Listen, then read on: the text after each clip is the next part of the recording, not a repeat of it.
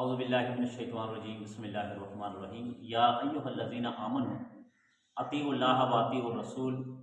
صدق اللہ العظیم و صدق رسولہ النبی الکریم صلی اللہ علیہ وآلہ وسلم۔ رمضان مبارک میں مسجد المبارک جو بھی مسجد ہے وہ ہم سے چند گلے کرتی ہے۔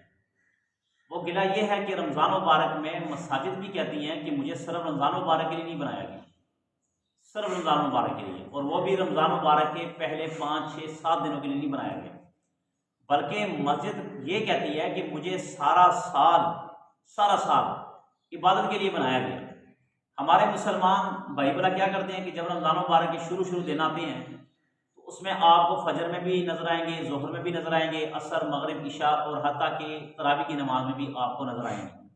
مگر جیسے جیسے دن گزرتے جاتے ہیں تو مسلمانوں کی تعداد کم ہوتے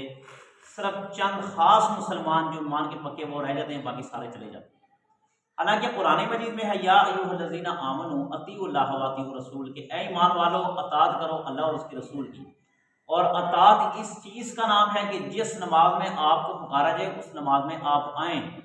جس نماز میں آپ کو بلایا جائے اس نماز میں آپ آئیں، مسجد میں آ کے پڑھیں۔ اس وقت یہ ہیلے بہانے نہ کرے کہ کام ہے میری ڈیوٹی ہے، میرے کپڑے گندے ہیں، میری نیت صاف نہیں ہے، اس طرح کے ہیلے بہانے نہیں کرنے چاہیے۔ اور اگر آپ یہ سمجھتے ہیں کہ رمضان مبارک کے شروع دنوں میں آپ نماز اور تراویح پڑھ کے آپ کی سارا سال بخشش ہو جائے گی، تو یہ نظریہ آپ کا سراسر قرآن و حدیث کے بالکل خلاف ہے، کیونکہ شریعت نے 5 نمازیں فرض کی اور مقرر کی ہے۔ اور اگر آپ اپنی آپ سے طرف سے کہہ دیں گے کہ جو نا رمضان میں ہم پہلے پڑھ لیں گے اس کے بعد معافی ہو جائے گی، تو معافی ایسے نہیں ہونی۔ معافی تب ہوگی جو اللہ تعالیٰ معافی دیں گے، معافی تب ہوگی جب رسول اکرم صلی اللہ علیہ وآلہ وسلم کے حکم کے مطابق آپ کام کریں گے، اس کے مطابق معافی ہوتی ہے۔ تو لہٰذا مسلمان بھائیوں کو چاہیے کہ جس طرح رمضان مبارک میں فجر، ظہر، عصر، مغرب، عشاء اور تراویح پابندی کے ساتھ پڑھتے ہیں، اسی طرح سارا سال نمازیں باجماعت پڑھا کریں، سارا سال اسی طرح مسجد رونق بحال کیا کریں اور بابرکت کے طریقے سے پڑھا کریں، تاکہ آپ کے جسم اور آپ کی زندگی میں برکت حاصل ہو۔